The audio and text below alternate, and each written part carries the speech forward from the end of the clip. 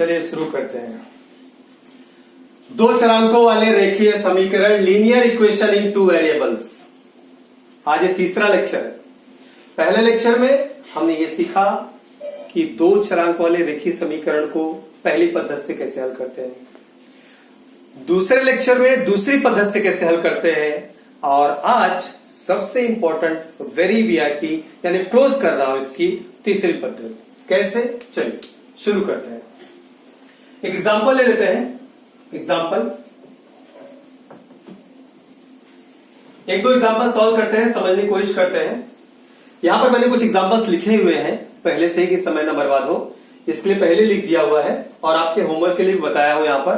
तो उसको हम देखते हैं कहां तक समझ कर लेते हैं और कितना आपको होमवर्क मिलता है। चलिए पहला सवाल ले लेते हैं इसमें से। 5x - 3y = 8। 5x - 3y = 8। 3x + y = 2।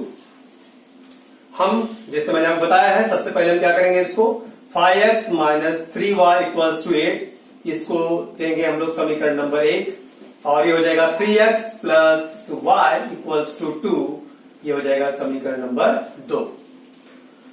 बेटा आप जरा इसको समझिए अच्छी तरह से, यहां ध्यान देना। हाँ, ये सम्स को समझो अच्छी तरह से। 5x - 3y = 8 equation number 1, 3x + y = 2 equation number 2। पहले लेक्चर में और दूसरे लेक्चर में आपने देखा था, मैंने वहां पर लिखा था x + y = 4, x - y = 6। आपको याद होगा मैंने कहा था यहां पर इसके पहले देख लो, कोई भी गुणांक नहीं है, कोएफिशिएंट नहीं है, कोई भी कोएफिशिएंट नहीं है। लेकिन यहां देखो इसके पहले कोएफिशिएंट है। अरे यहां कुछ नहीं मतलब 1 है। जहां पर कुछ भी नहीं रहता वहां पर क्या रहता है, 1। मतलब क्या हो गया कि आज जो हम लोग मेथड सॉल्व करने वाले हैं लीनियर इक्वेशन का, linear equation in two variable, दो चरांक वाले रेखीय समीकरण, ये very very very VIP method है। ये अगर आप सीख गए तो समझ लीजिए linear equation in two variable, दो चरांक वाले रेखीय समीकरण आपका हो गया, या बहुत बेहतरीन ढंग से पहला मेथड पूरी तरह से आपका क्लियर हो गया, जिसको हमने इसको 3 पार्ट में डिवाइड किया था। तो आज थर्ड पार्ट, तीसरा पार्ट है। चलिए सीखते हैं इसको। करना क्या है, जैसे मैंने आपको सिखाया था, x या फिर y, दो में से एक को कैंसिल करना ही पड़ेगा। बिना उसको कैंसिल किए सम्स हमारा होने वाला नहीं है। या तो आप y को कैंसिल करो या तो x को कैंसिल करो। इससे पहले क्या था, आपने देखा था +y -y,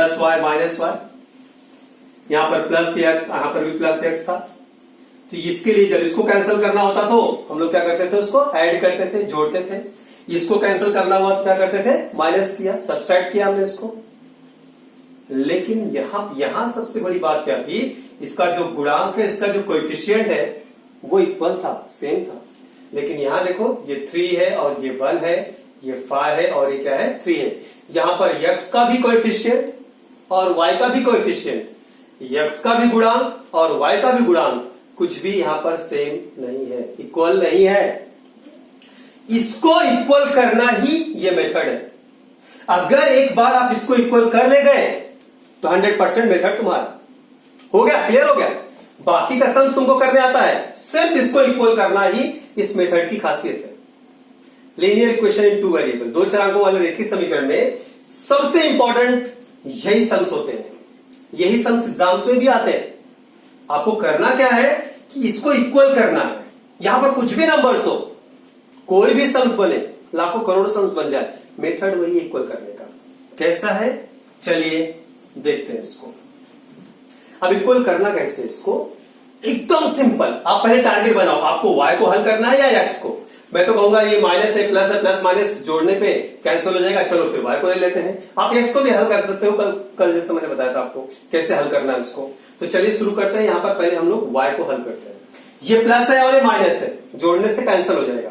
तो इसको इक्वल करते हैं। इक्वल करने का मेथड क्या है कि ये जो गुणांक है, कोएफिशिएंट है, इसका गुणा मतलब मल्टीप्लीकेशन, इसका गुणा, ये जो कोएफिशिएंट है, ये गुणांक, इसका गुणा इस पूरे समीकरण में, और ये गुणांक, इसका गुणा इस पूरे समीकरण में। ये जो कोएफिशिएंट है, इसका मल्टीप्लाई इस इक्वेशन नंबर 1 में, इसका मल्टीप्लाई इस इक्वेशन नंबर 2 में, यानी इक्वेशन 2 का जो कोएफिशिएंट होगा उसका मल्टीप्लाई इक्वेशन 1 में, और इक्वेशन 1 का जो कोएफिशिएंट होगा उसका मल्टीप्लाई इक्वेशन 2 में। एकदम सिंपल है। y को समान करना है तो y के गुणांक को देखो, उसको कोएफिशिएंट को देखो। तो क्या करना है, इसके जो गुणांक है ना, इसका गुणांक जो है ना, इसका मल्टीप्लाई इस पूरे इक्वेशन में करो। पूरा मतलब इसमें भी, इसमें भी, इसमें भी, और इसका मल्टीप्लाई इसमें भी, इसमें भी, इसमें भी, सब में करो उसको, और 101% वो इक्वल हो जाएगा। अब एक बार इक्वल हो गया तो कल के जैसे सॉल्व करना तो आपको आता ही है, कल कैसे सॉल्व किया था। चलिए शुरू करते हैं। तो इस 1 का गुणा इस समीकरण 1 में, और इस 3 का गुणा इस समीकरण 2 में, multiplying 1 in equation 1 and multiplying 3 in equation 2, ऐसा आप उसको लिखेंगे। सो समीकरण 1 में 1 से, तथा समीकरण 2 में क्या है, 3 से गुणा करने पर multiplying 1 in equation 1 and multiplying 3 in equation 2। इस तरह से आपको इसको स्टेटमेंट देना है, स्टेटमेंट लिखना इंपॉर्टेंट है। तो चलिए अब 1 से इसमें गुणा करते हैं। अभी 1 से आप किसमें भी गुणा करोगे तो कोई भी चेंजेस होने वाला नहीं है। अरे 1 का मल्टीप्लाई 3 में करोगे तो 3 आएगा, 1 का मल्टीप्लाई 5 में करोगे क्या आएगा, 5। तो वो वैसे ही रहने वाला, कोई इसमें चेंजेस नहीं आएंगे। सो 1 का मल्टीप्लाई 5 में करेंगे तो 5 ही रहेगा, यानी 5x, माइनस 1 का मल्टीप्लाई 3 में करेंगे तो क्या आएगा, ये 3y, इक्वल्स टू 1 का मल्टीप्लाई 8 में करेंगे तो क्या आएगा, ये 8। और इसको दे दीजिएगा, आप नया समीकरण बन गया, ये फर्स्ट, सेकंड, और ये हो जाएगा आपका थर्ड। अब इस 3 का मल्टीप्लाई इस समीकरण 2 में करिएगा, 3 से इसमें मल्टीप्लाई करो, 3 का मल्टीप्लाई 3 में होगा, 3 3 का 9, 3 3 9, प्लस 3 का मल्टीप्लाई 1 में होगा तो 3 1 9 3, 3y इक्वल्स टू 3 का मल्टीप्लाई 2 में करेंगे 3 दूनी 6, और यहां होगा समीकरण नंबर 4। समीकरण 1, समीकरण 2, समीकरण 3, समीकरण 4। 1 2 अब बदल गया, अब हमारे पास क्या आ गया, 3 4। इसी को सॉल्व करके हमारा बाकी सिस्टम हो जाएगा। इंपॉर्टेंट क्या था, गुणांकों को समान करना। अगर मान लीजिए हमको x को समान करना होगा तो कैसे करेंगे, ये 3 का मल्टीप्लाई समीकरण 1 में, ये 5 का मल्टीप्लाई समीकरण 2 में, यानी 3 से गुणा करेंगे समीकरण 1 में और इस 5 से गुणा करेंगे समीकरण 2 में। तो यहां पर देखो 3 5 15, 5 3 15, ये समान हो जाएगा। 3 5 15, 5 3 15, ये इक्वल हो जाएगा। वैसे ही यहां पर देखो ये 3y और ये 3y, और देखो मल्टीप्लाई करने के बाद ये इक्वल हो गया। और कल ही हमने मेथड सिखाया हुआ है, इंपॉर्टेंट मेथड, कल और परसों, इससे पहले हमने जो लिया लेक्चर 2 लेक्चर, उसमें सीखा है कि अगर ये गुणांक समान रहेंगे और माइनस और प्लस, प्लस माइनस होगा तो क्या करते हैं हम लोग, तो उसको हम क्या करते हैं, ऐड कर देते हैं।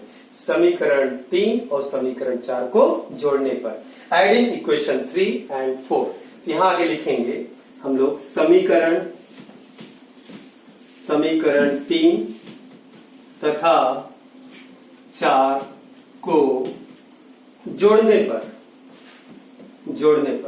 यहां लिखेंगे हम लोग उसको 5x minus 3y equals to 8, ये 9x plus 3y equals to 6। एक बात याद रखो बेटा, घाई नहीं करना है, समझते रहना है इसको, बिल्कुल भी घाई नहीं करना है। एक ही सम्स होगा चलेगा, लेकिन जो है जो समझो वो परफेक्ट समझो, क्योंकि एक बार मेथड समझ में आ गया तो मैंने आपसे कहा ना, संसार का कोई भी सम्स आप उठा लो आपको आ जाएगा। टेक्स्ट बुक के सम्स आप खुद से कर ले जाओगे। बस इसको एक बार मेथड्स को अपने दिमाग में आप क्लियर करो कि मेथड्स सॉल्व कैसे किया जाता है, मेन चीज वही होता है। बाकी इधर कुछ भी लिखो ना, ये 5 3 3 1 की जगह 8 2 की जगह आप कोई भी नंबर डाल दो, क्या फर्क पड़ता है। एक बार मेथड आपको क्लियर होना चाहिए, ये सॉल्व कैसे होता है।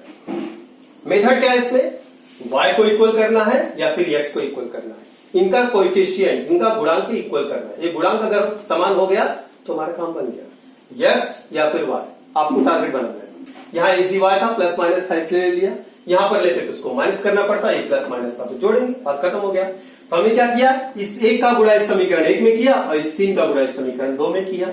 यहाँ पर लिखा उसको, लिखने के बाद गुणा करके यहाँ पर समीकरण 3 और 4, 1 और 2 बदल के 3 और 4 हो गया।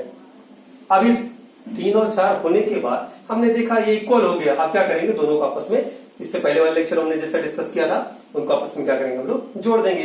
तो इनको हमने लिखा जोड़ने पर, एडिंग करने पर। तो चलिए जोड़ते हैं, ये दोनों क्या हो जाएगा आपस में कैंसिल। 9 और 5 ये हो जाएगा आपका 14x 14 इक्वल्स टू 8 से कितना हो जाएगा ये 14, अर्थात x बराबर 14/14, 14/14, यानी 14x यानी 14 का गुणा है इसमें। तो यहाँ पर गुणा है, इधर जाएगा तो भाग 14 से कैंसिल होएगा तो 1, x इक्वल्स टू क्या आ गया 1। That's it. अब इस x का वैल्यू आप समीकरण 1, 2, 3, 4, x का value equation 1, equation 2, equation 3, equation 4, ये कहीं पर भी पुट अप कर दीजिए। ये नहीं कि सिर्फ 1 और 2 में करेंगे तो ही आएगा, 3 और 4 में रखेंगे तो भी आंसर आपको आएगा, y का वैल्यू मिलेगा, y का वैल्यू आपको 100% मिलेगा।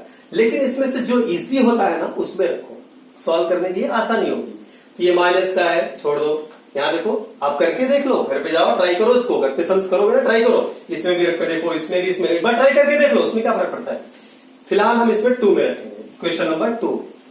तो x का वैल्यू, x का मान समीकरण 2 में रखने पर, यहां लिख देता हूं ना, x का मान समीकरण 2 में रखने पर। एग्जाम में आप वो समीकरण लीजिएगा जो इजी है, एग्जाम ओरिएंटेड मैं कह रहा हूं कि वो समीकरण लीजिएगा जो इजी है, तो उससे क्या होगा कि आपके गलतियां करने के चांसेस कम होंगे। x का मान समीकरण 2 में रखने पर, तो 3x plus y equals to 2, x का वैल्यू है 1, तो 3 into 1 plus y equals to 2, 3 plus y equals to 2 plus 3, left से राइट में जाएगा तो क्या होगा -3, मैंने आपसे बताया है, प्लस का माइनस, माइनस का प्लस, इंटू का डिवाइड, डिवाइड का इंटू, तो ये +3 उधर जाएगा तो -3, y इक्वल्स टू 2 - 3,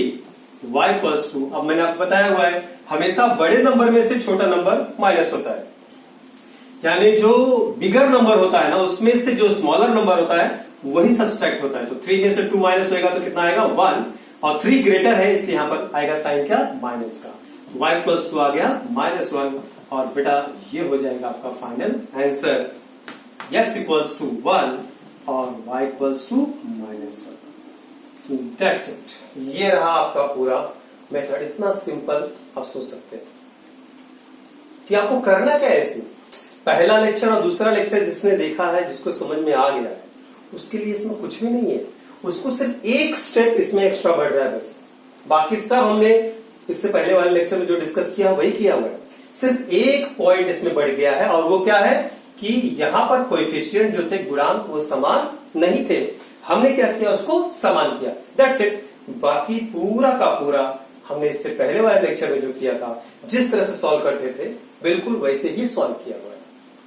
तो इसको आप करिएगा घर पे। अभी फिलहाल मैं इसको रफ कर दे रहा हूं, रफ करने के बाद एक एग्जांपल और लेते हैं और उससे समझते हैं। अभी तो आपको क्लियर हो चुका है, और एक एग्जांपल के बाद आपको पूरी तरह से ये क्लियर हो जाएगा ये मेथड, फिर उसके बाद फिर आप समझ करिए।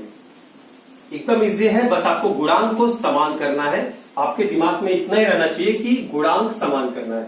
आपकी मर्जी, आप या तो x को समान करें या तो फिर y को समान करें, आपके ऊपर डिपेंड करता है। आप दोनों कर सकते हैं, चाहे तो x या फिर y। चलिए समीकरण नंबर 2, यस, क्वेश्चन नंबर 2, दूसरा और दूसरे का हल अर्थात सोल्यूशन। यहां है ये 3x plus 2y equals to 29, okay, 5x minus y equals to 18, हाँ 18, यस, चलिए ठीक है। इसको दे देते हैं question number 1, 3x plus 2y equals to 29, ये हो जाएगा समीकरण नंबर 1, इसको अच्छे से लिखिए, समीकरण नंबर 1।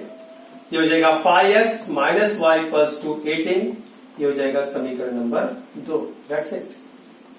फिर से वही प्रोसीजर, देखिए यहां पर y समान नहीं है, x समान नहीं है, आपकी मर्जी। जो छोटे नंबर होंगे, एग्जाम के पॉइंट ऑफ व्यू से मैं कह रहा हूं, याद रखिएगा, जो छोटे नंबर होंगे ना उससे लीजिएगा। उससे क्या होगा, सम्स को सॉल्व करने में आपको आसानी है। आप बड़े नंबर भी ट्राई कर सकते हैं, कोई इशू नहीं। मैं तो कहूंगा अगर मैं एक मेथड से मैं बता रहा हूं, y को कैंसिल करके मैं सिखा रहा हूं तो x को आप करिए, x को कैंसिल करके मैं सिखाऊंगा तो y को आप करिए। उसको ट्राई करिए, देखिए कैसे होता है। चलिए यहां पर हम लोग लेते हैं, यहां पर कुछ नहीं, ऑलरेडी क्या है 1। फिर से वही, ये गुणांक को समान करना है, यानी इस एक का गुणा समीकरण 1 में और इस 2 का गुणा समीकरण 2 में। इस नंबर 1 से आपको मल्टीप्लाई करना है इक्वेशन 1 में और नंबर 2 से मल्टीप्लाई करना है इक्वेशन 2 में। y को समान करना है तो इसका जो गुणांक होता है, कोएफिशिएंट होता है, इसका आपस में इंटरचेंज होता है इस तरह से, इसका गुणा इसमें, इसका गुणा इसमें। हाँ, याद रखिएगा इस तरह से, इसका गुणा इसमें, इसका गुणा इसमें, बस इस तरह से दिमाग में रखिए अच्छी तरह से। चलिए समीकरण 1 में 1 से गुणा करने पर, समीकरण 1 में 1 से, तथा समीकरण 2 में 2 से गुणा करने पर। Yes, multiplying 1 in equation 1 and multiplying 2 in equation 2। चलिए 1 से गुणा करेंगे, मैंने आपको बताया इससे पहले वाले सम्स में भी हमने देखा ना, 1 से मल्टीप्लाई था। 1 से मल्टीप्लाई करने पर इसमें कोई भी चेंजेस नहीं आएगा, क्योंकि 1 से मल्टीप्लाई करोगे तो जो नंबर है वो वही नंबर रहता है, बदलता नहीं है। 1 से मल्टीप्लाई करने पे बदलता नहीं है, जो है वो वही रहता है। चलिए 1 से मल्टीप्लाई 3 में करेंगे तो ये आएगा आपका 3x, प्लस 1 से मल्टीप्लाई 2 में करेंगे तो आएगा आपका 2y इक्वल्स टू 29। ये इक्वेशन कौन सा हो जाएगा, 7 नहीं, कौन सा होगा 1 2 क्या होगा 3, दैट्स इट। ये हो गया आपका इक्वेशन नंबर 3। अब 2 से मल्टीप्लाई करो इसमें, 2 5 जा 10, 2 बचे 10 हो जाएगा। यस, माइनस 2 1 2, 2 1 जा 2, 2y इक्वल्स टू 18 दूनी 36। जिसको नहीं आता 2 का इसमें गुणा करके दो, अभी पहाड़ा तो आएगा ही ना 18 का, वैसे 18 का पहाड़ा आना चाहिए, नहीं आ रहा है तो गुणा कर देने का, 18 गुणे 2 तो 2 8 16 की 6 हाथ से लगेगा 1, 2 1 2, 2 और 3, 18 दूनी 36, 18 2 जा 36। ये हो जाएगा आपका इक्वेशन नंबर 4। That's it. देख लो, +2y और ये -2y, ये अब सेम हो गया। अब आपको करना क्या है, इन दोनों को क्या करना पड़ेगा, माइनस करना है या प्लस करना है, प्लस करना है, दैट्स इट। इनको प्लस करना है, ये +2 है और ये -2 है। मैंने आपसे कहा था अगर ये गुणांक समान है तो आपको क्या करना है, इनको आपस में जोड़ना है। ये याद रखिएगा, जब गुणांक समान होगा, यहां पर प्लस और माइनस है ना, प्लस माइनस रहेगा तो जोड़ना है, दोनों चिन्ह समान रहेगा तो घटाना है, याद रखिएगा। हाँ, सो समीकरण 3 तथा समीकरण 4 को, समीकरण 3 तथा समीकरण 4 को जोड़ने पर, चलिए समीकरण 3 तथा 4 को जोड़ने पर, अब पूरे सवाल वैसे ही है, सिर्फ यही एक स्टेप था, आपको ये बदलना है बस। गुणांक एक बार समान हो गया तो बाकी स्टेप्स जो आपने पहले फॉलो किए थे, पहले लेक्चर में, दूसरे लेक्चर में, और आज हमें अभी सम सॉल्व किए, बिल्कुल वैसे ही है, कुछ नया नहीं करना है इसमें। समीकरण 3 और 4 को जोड़ने पे लिखना पड़ेगा इनको, 3x plus 2y equals to 29 और ये हो गया 10x minus 2y equals to 36। यहां पर आएगा प्लस, ये दोनों देखिए प्लस माइनस कैंसिल हो जाएगा, 10 और 3 अर्थात 13x बराबर, ये देखिए 9 से क्या हो जाएगा 15, 5 हासिल कितना आएगा 1, 3 और 2 5, 5 और 1 कितना आएगा 6। अब 13 के पहाड़े में 65 आता है या नहीं, लेट्स सी। x बराबर हो जाएगा 65 बटे में 13, तो 13 पचे 65, x बराबर कितना आ गया 5, दैट्स इट बेटा। 13 का पहाड़ा आना चाहिए भाई, पहाड़ा तो याद करना पड़ेगा आपको, 20 तक का पहाड़ा याद करके रखना ही पड़ेगा, वो सम्स फटाफट सॉल्व होंगे। अब यहां पर आपको 13 का पहाड़ा नहीं आएगा तो कैसे कैंसिल होगा, आप कैंसिल कैसे कर पाओगे, इसके लिए आपको यहां पर 13 का पहाड़ा आना जरूरी है, तो 20 तक का पहाड़ा आपको याद रखना ही पड़ेगा, करना ही है। तो 13 पचे 65, x का मान आ गया 5। अब इस x का मान समीकरण 1, 2, 3 और 4 ये कहीं पर भी आप पुट अप कर दीजिए, आपको वैल्यू मिल जाएगी। तो चलिए इसमें हम कहा करते हैं, चलिए इसमें कर देते हैं, चलिए ठीक है इसमें करते हैं, समीकरण 2 में करते हैं। x का मान समीकरण 2 में रखने पर समीकरण 2 में रखने पर ये हो गया आपका 5x minus Y equals to 18। x का वैल्यू है 5, तो 5 into 5 minus Y equals to 18। 5 5 जा 25 minus Y equals to 18 plus 25 वो साइड जाएगा तो माइनस 25, तो minus Y equals to 18 minus 25, तो माइनस वाई इक्वल्स टू, अब 25 में से 18 को माइनस करना है, ये घटाना आता ही नहीं आता है।